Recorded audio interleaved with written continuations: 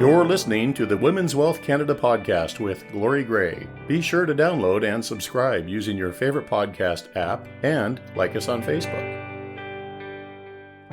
Are you going through a life transition and need to find a wealth advisor to manage your investments? You don't have to feel discouraged wondering how to find the right one. Grab my free guide, 12 Smart Questions to Ask When Interviewing a Wealth Advisor. This guide gives you all the questions and why you should ask them. Just go to glorygray.com, pop in your email address, and we'll send it right to your inbox. Hi, everyone. I'm Glory Gray, and welcome to the Women's Wealth Canada podcast. My guest today is Anna Harvey. Anna is a certified retirement coach. She helps women in any stage of retirement design their next life chapter with confidence and clarity by rediscovering who they are and who they want to become. Today, Anna and I talk about the emotional and social side of retiring that we often don't talk about. Join us as we discuss the top questions to ask yourself before you retire.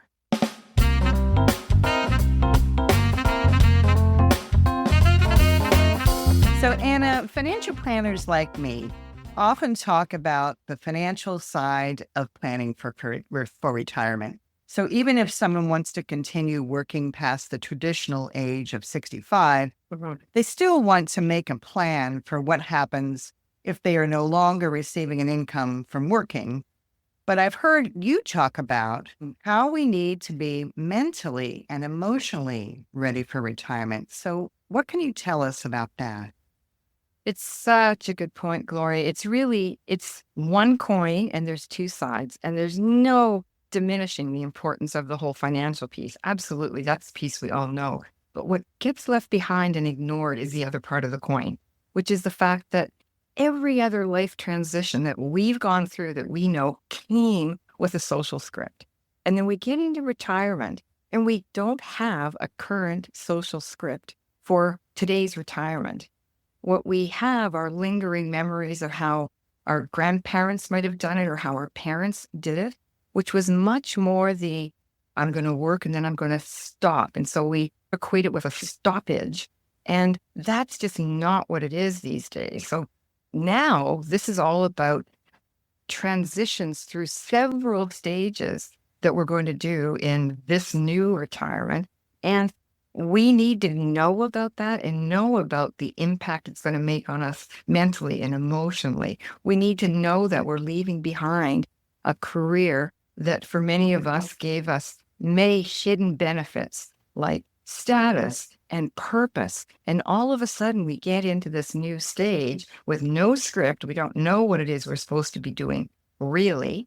And we don't know how to replace those hidden benefits. And I'm happy to go a little bit more into that because there's 5 of those hidden benefits that we absolutely need to replace if we're leaving career and we want some sense of fulfillment and that we know what we're doing. So shall I elaborate a little bit on these? Yeah, because I'm just thinking many of us were proud of the things we accomplished when we were working.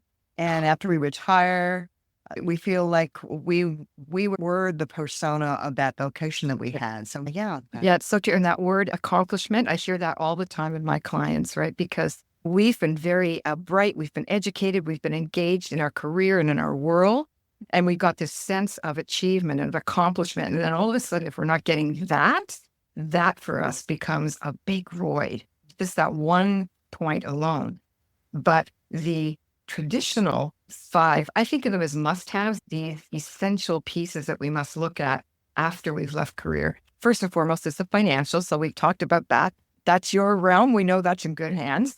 But on this other side, one of the hidden benefits is this whole structure piece that work gave us that we need. We need to know when a weekend happens. We need to know when summer is.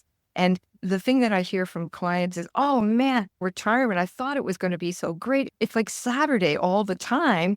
And yet what we know is after a period of time, like Saturday all the time, that's not cutting it. We need some structure. That gives us comfort to have some structure. So that's one of these things, this time management structure piece. is essential to replace that after we've left career. Then another one is the whole piece about status. Most of us had business cards. It told us who we were, right? And a lot of us have big identity around status. I think the ones that I've noticed over the years that I've been doing this are the professionals.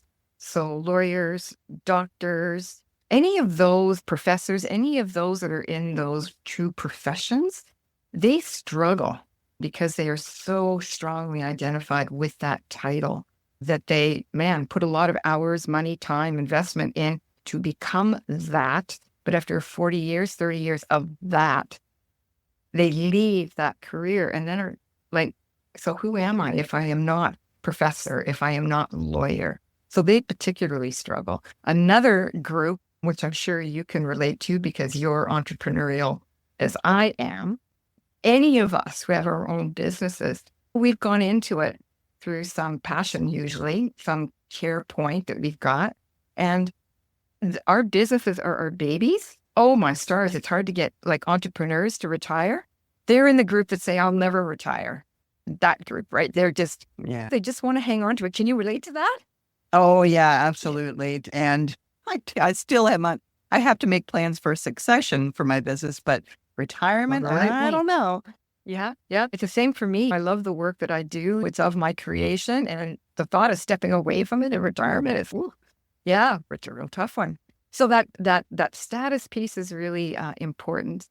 Interestingly, I hear this often expressed a different way where people get into retirement and they say, I don't feel relevant anymore. And that's a little bit of that status piece, that hidden benefit that we got from our careers.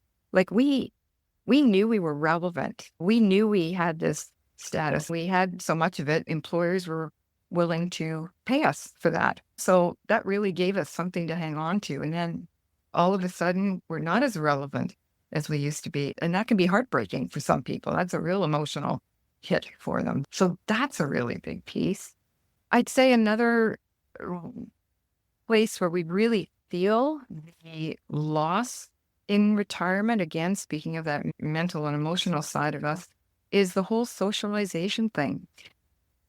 For many of us that have worked in any size of office or team environment, those people over time start to grow into even more than teammates often. And some of them even become a best friend to us just because we're hanging out a lot together, right? And man, to be unaware that's going to largely disappear when you retire, that's a huge hit. It's a loss. It's a grieving that I've left behind these people that were so important to me. So that whole piece about socialization too is another piece we've really got to be aware of if we want to be emotionally and mentally and psychologically prepared for that. Mm-hmm. And then, of course, the big thing that work gives us is the whole purpose piece. That whole sense of purpose. I've got a reason for getting out of bed, whether I could grumble about it a lot, like many of us did during our work careers, another day at the office. But regardless of that, it gave us purpose. We knew why we were getting up. We knew we had a focus point. We knew we were contributing in some way. And that's really important. And man, when that disappears, purpose is often one of the big things that people say, I'm lost. I need new purpose. So yeah, all of those we take a mental, emotional, and psychological hit on when we step into retirement that, generally speaking, our employers don't prepare us for. And it's funny that you were talking about the business card thing, and I do remember a gentleman who was recently retired, and you know what he did? He went out and had some business cards made that said something like, old retired guy, and his phone number and his email, and he would hand those out until he got comfortable with the idea of being retired. But at least it helped him make that transition and feel like he wasn't left out in those networking situations. Yeah, absolutely. It's a bridge, right? And that's often what we need in any kind of a transition, is to get from point A to point B, and anything that can help that journey, that crossing. So anything that acts like a bridge would be good. here's my comment on that, if I can make a comment on that part. Yeah. That one is the whole ageism thing, which is coming so much more to light for us right now as this whole boomer cohort heads into retirement, right? We are people of a certain age. And research shows that we're all feeling about 18 years younger than we really are, which is interesting. Anytime I talk to friends, yet there is ageism. We revere the young typically, right, in life. And we're not a culture here in North America that esteem our elders, our seniors, right? So we have to be, in my opinion, we have to be careful that we ourselves aren't our own worst perpetrators of the ageism thing, right? That we aren't making those kinds of comments or business cards about ourselves, right?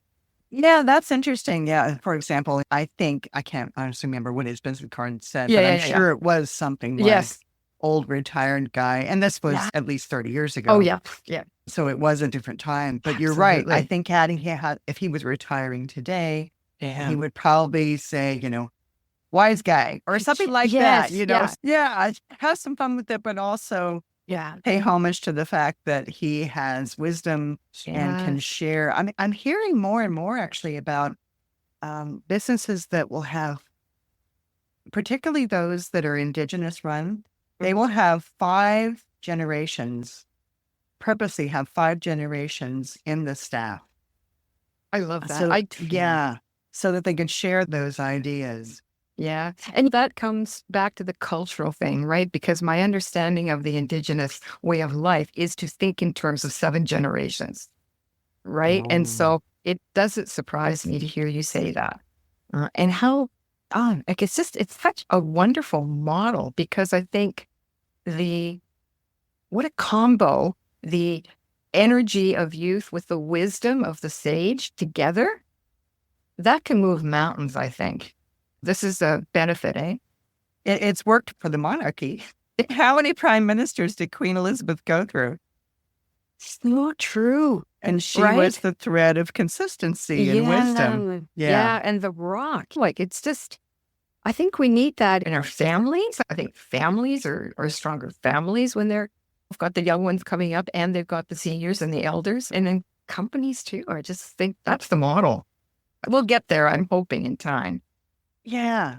So these benefits, so can you name them for me again? I've Yeah. got them listed. Is that possible? Yep. So financial would be the first one. I call it financial confidence, Lori. So that if we don't have financial confidence, we worry. So that's key, right? So financial confidence, structure, status, socialization, and a sense of purpose.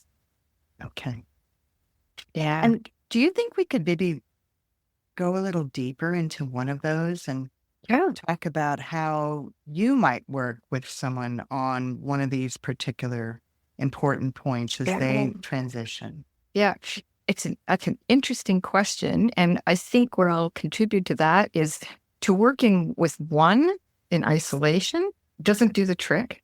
And that's Okay. why when I work with a client, what we're doing is we're looking at all of that. And what becomes interesting for them, one of the things that I get them to explore, and this is one of the regular things that I do, is I make them aware of these 5 must-haves.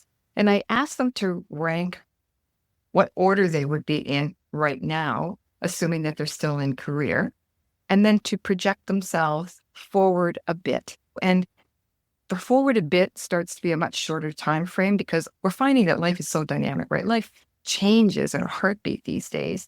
So 10 years out is too far. But if they think 3 and 5 years out, what might the order of these things be? And that almost always will change for people, right? The drive for finances might be top right now while they're at work. And that would be like normal given where they are. But then they can see how it changes. And then purpose often starts to become more important to them because they understand that's where the meaning part of life is going to come from for them. And that's particularly true, Gloria, if they haven't found meaning in their careers. And that's true, right? A lot of people do their careers because it provides them perhaps with the financial piece that they're looking for.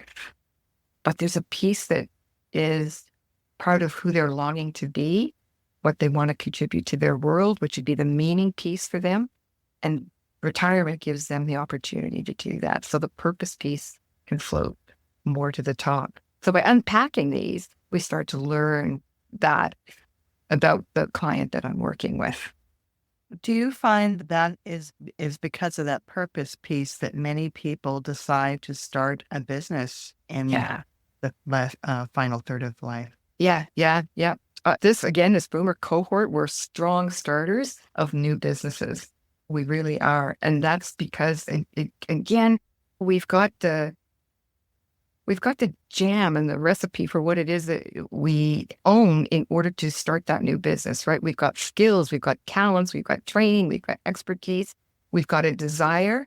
All of those combine to be the foundation for, hey, what kind of business could I be doing here? How can I take that? How could I be working in that?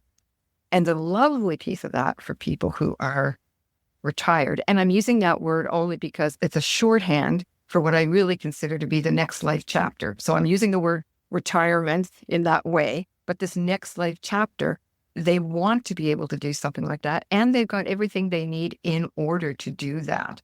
And it gives them that sense to be who they've always longed to be. It gives them a chance to do work that they know will be meaningful for them. And it gives them flexibility. Oftentimes people say when they're out of their career, I am so glad to leave behind that 9 to 5 that I must have, but they still need to have some structure, which a new business does give them, but they can flex it to how they want to show up and do it. Pace is a big word I hear. Pace. I want to do life at a pace of my choosing. I say it's a shift from the race, which is we think of the rat race of work, the race and deadlines being put upon us. And it moves from race to pace. And it's my pace. How many days I want to work, how many hours in that day I want to work, how many months of a year even I want to work, right? So again, with some affluence, travel becomes a huge piece of people's retirement life. So they want to be away. It's going to be so interesting in another 40 years when the current generation that is just starting out work right now, and they have a very holistic view of work and life balance. It's going to be interesting to see where we are in another 40 years. And will retirement even be a thing? Or is it just simply part of our entire working lives? I don't know. What do you think? Yeah, I think it's going to be hugely shifted by this next generation because of that holistic thing, right? Because even at 25, they are looking for work-life balance, right?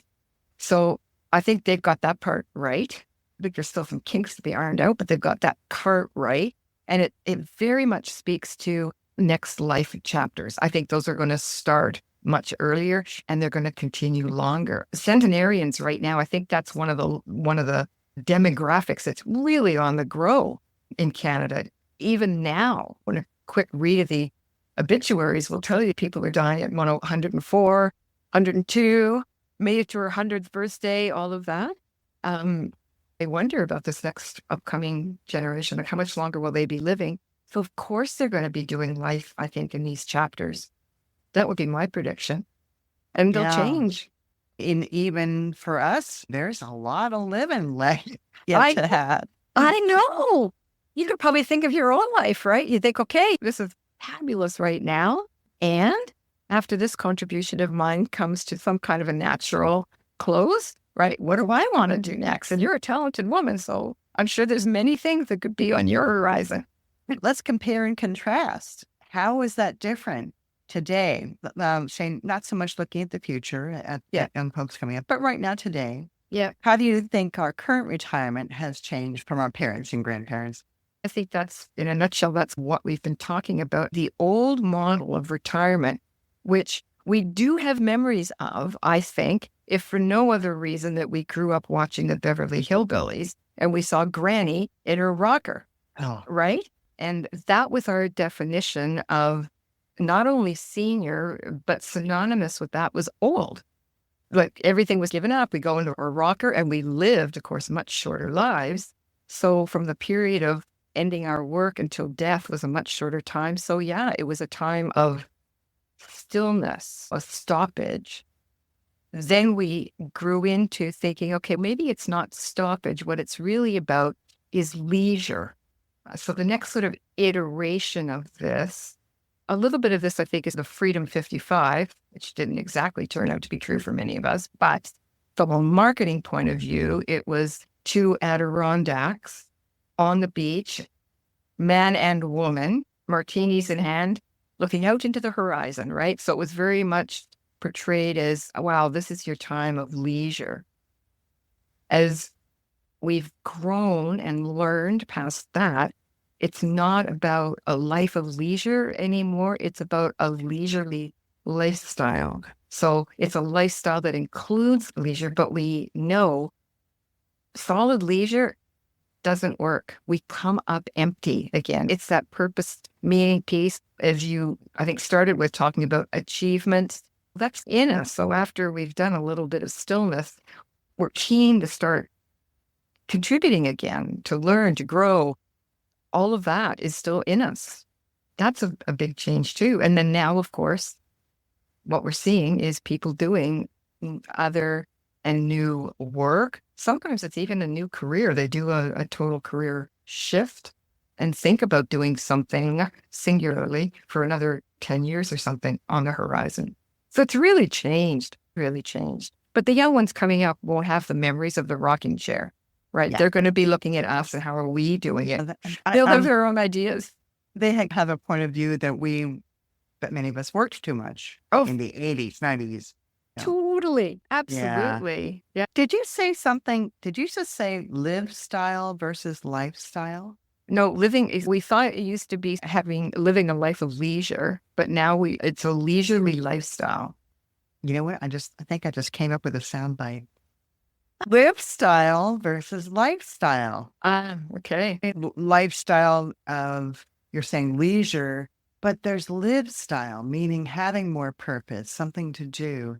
Love it, Glory. Well done. That's what happens when you mishear people. Good things are boring. Good things are boring, great ideas. What else? What else are Yeah. you thinking about this, just this topic? What do you think people should know? All of what we've been talking about here, I think the thing that I see trending is this interesting part about getting back into work. And originally, when I first was doing coaching, I was doing a work-life clarity coaching program. That was something I designed because people were making career transitions. And the only thing they knew is they didn't want to do what they're currently doing, but they didn't yet know what they wanted to do. So my program helped them discover that about themselves. So I think it's so interesting that even though I became certified as a retirement coach, thinking it was going to look differently, more and more I see that the work that I did to help people get that career clarity is also coming forward now into this retirement work that I do because so many of us want to work, which is just really great. And you know how wonderful for an employer. You talked about the work ethic, right? We contribute that when we go back to any kind of work. We bring that work ethic with us and that expertise, right? So I think should be a snap up by any employer because of what we bring. If we can get over that ageism hump, that's the one thing I'm still hearing is it can be challenging, but I'm hopeful. I'm really hopeful. That's a really good point. And I'm just thinking as you're speaking that from a point of view of business owners and corporate owners, I'm sure that they were hesitant in the past because, let's face it, you put money into training an employee and you know that someone who is in their later years is probably not going to be there as long as someone who is 20. Mm-hmm. Now, of course, there's the caveat of nobody is there that long anymore. Yes. We don't have the 20-year corporate same company jobs anymore. So there's that. But also in the training piece, cost of training, that is going to go down with the onset of AI. Oh, interesting point. I have no idea how that's going to come about, but certainly I'm just thinking of, there's a tool that I use when I'm I use a lot of subcontractors in my business.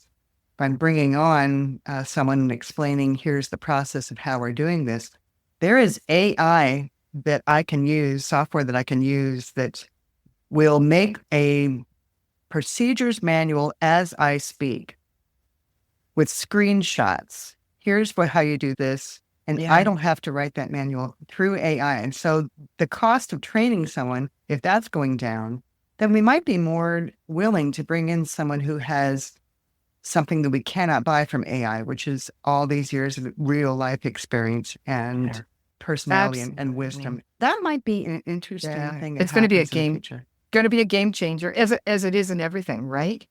And it makes me think, as you're saying that, this is a good new thinking opportunity here, because I can see also what AI does well, and it makes me think of the people component, which that's the culture piece that I think someone who is more senior can contribute to a young leader being groomed.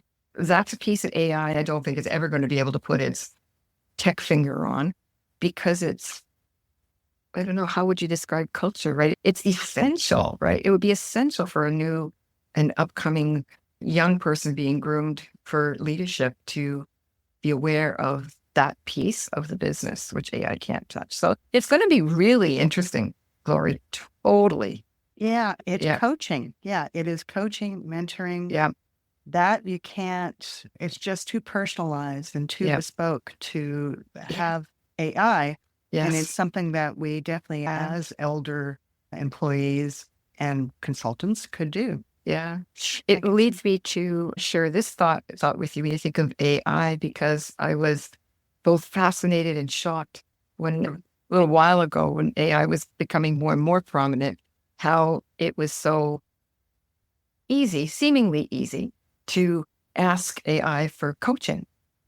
And I looked at that with interest, and I thought, wow, okay. And then I thought about it, and what I absolutely know to be true is the value of a coach, because left to our own devices, we are, for ourselves, our harshest critic, and also the first ones to let ourselves off the hook, right? And that's the value of having the coaching experience when you're trying to move forward, when you're trying to grow, when you're trying to become more self-aware. Because a coach can take that role that he or she is really listening and interpreting, and can ask the good questions and not just allow you to automatically buy into what we've come to know as your BS, meaning your belief system about yourself. I love it. Which we embrace that, and then we think, oh yeah, but okay, that's a really good point. I really should do that. And I'll get to that at some point. But a coach can play the role of more holding your feet to the fire and say, you say you want this, and yet I notice that this seems to be some kind of a barrier for you here. Can we look at that, what that's all about? So I don't think coaches are going away yet. I don't think AI's replaced us yet. But yet's the qualifier. But yeah, you're absolutely right. And it's a lot of what I do is the coaching and counseling piece. And it's what makes it so wonderful to be interacting with a human being. Yeah. And the huge benefit that they receive, because of course I could type into AI, what should a financial plan look like for a woman who is X, Y, and Z, give the criteria, and it will output. But to blindly follow that, man, I am nowhere near that. I need someone to look me in the eye and say, that doesn't match with what you told me last time we met. I would need that to make sure what I'm getting is customized and unique to me, right? Yeah. How many people join gyms in January? And I love going to the gym in February because everyone's gone. Yeah. By then, we need that accountability partner. Absolutely. Because we're human. Yeah. Because we're human. And people often will say, I'll get a book on retirement. And I think, have at it. There's a gazillion, probably that's a low number, of self-help books, right? Sure. Many of which have grown on the retirement shelf because, again, boomer cohort's so large. So we sometimes think we can get a book. And man, I have done this myself, so I know this to be true. I get a book and it's even done in such a great way that it's giving me context and learning and worksheets at the back of the book. And I'm so enthused. But the reality is, I read it and I think, I'll get to that worksheet. And I never do. Never do. Yeah, right? And we can waste so many years in what I think is a really precious time of life, wandering, just lost in wandering, or reading books, hoping that I'll find the one answer to how I want to build my retirement, what I want my retirement to look like. And you know what? You can waste 4 years when you're 20, and it's nothing. I question whether many of us at this age, 65, 70, beyond 70, do we want to waste 4 years floundering and wandering and thinking that we're doing the right thing when we end up making so many false starts? I think we need to get on with it, try to be wise and informed about how to move forward in this next life chapter that we want to create. Yeah. Right? The same in your world too. Yeah, absolutely. And I think that's a great place to end our conversation today, Anna. This has been wonderful having you with us on the Women's Wealth Canada podcast. It's been a true pleasure, Glory. I could speak with you forever.